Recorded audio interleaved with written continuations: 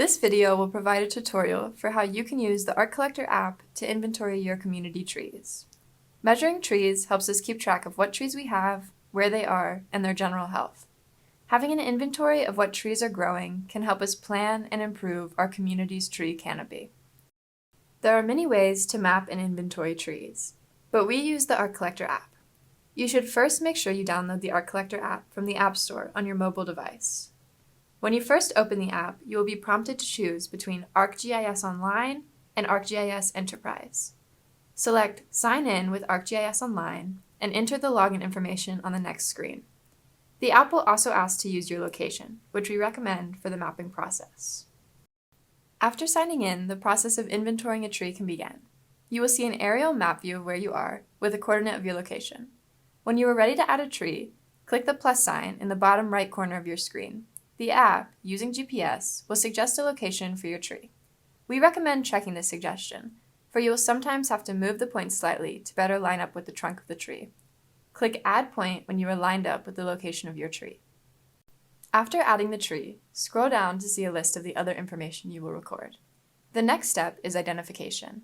There are many resources available to help you with ID. There are many ID resources on the UK Forestry website, which you can access with this QR code. You can also reach out to your local county extension agent with any questions you may have. If you are unable to identify the exact species of a tree, identifying to genus is the next best thing. You can also list the species as unknown, but make sure you include a picture of the leaf for later identification. Tree identification is important because it allows us to learn about the species diversity of an area. It is a skill best developed by looking at the distinct tree characteristics, including leaves, bark, and fruit, and takes time to develop. It starts by looking at and touching lots of trees. The next step is to measure the tree.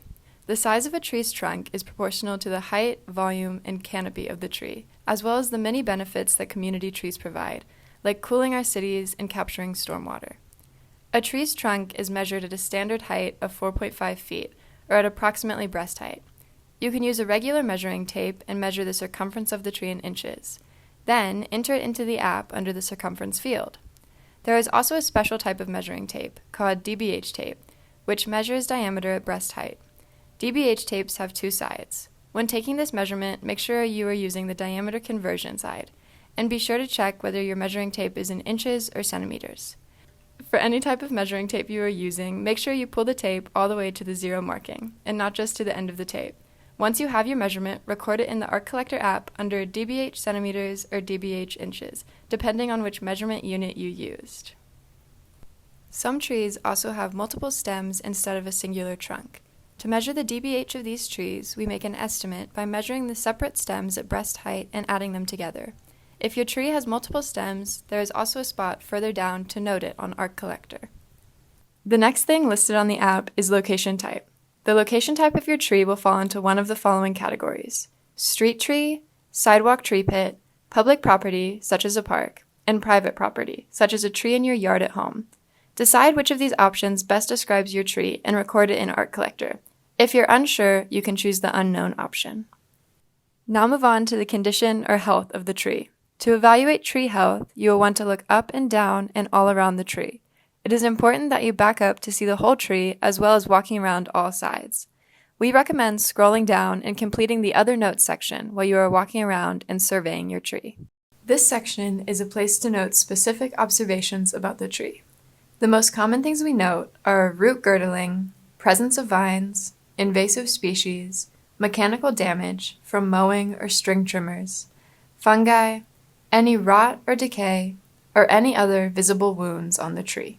After you have surveyed the tree and taken notes on any concerns, you are ready to fill in condition wood, condition leaves, and percent deadwood.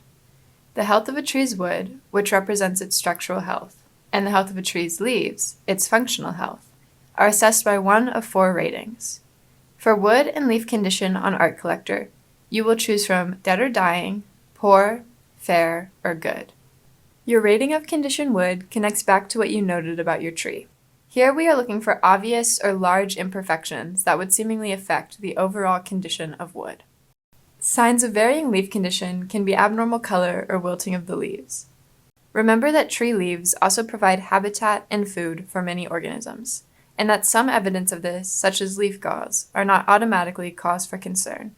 Here again, we are looking for an obvious or sizable proportion of the tree's leaves, which seem irregular or concerning. You will also record the percent deadwood on the tree. This refers to any branches that are dead, dying, or diseased. Remember that almost every tree has some amount of deadwood, as trees naturally shed limbs as they grow. You will choose from 5% ranges: less than 10%, 10 to 25%, 25 to 50%, 50 to 75%, or greater than 75%. The last things that you may need to note are sidewalk damage and wire conflict. These fields are only filled out on the affected trees, but can otherwise be left empty. Here are some examples of what sidewalk damage and wire conflict can look like. This is all that you need to record for the tree. Once all the information is there, click Submit or the check mark in the top corner, and the tree will be added to the map. We hope this was helpful and wish you the best in taking your new skills to your community.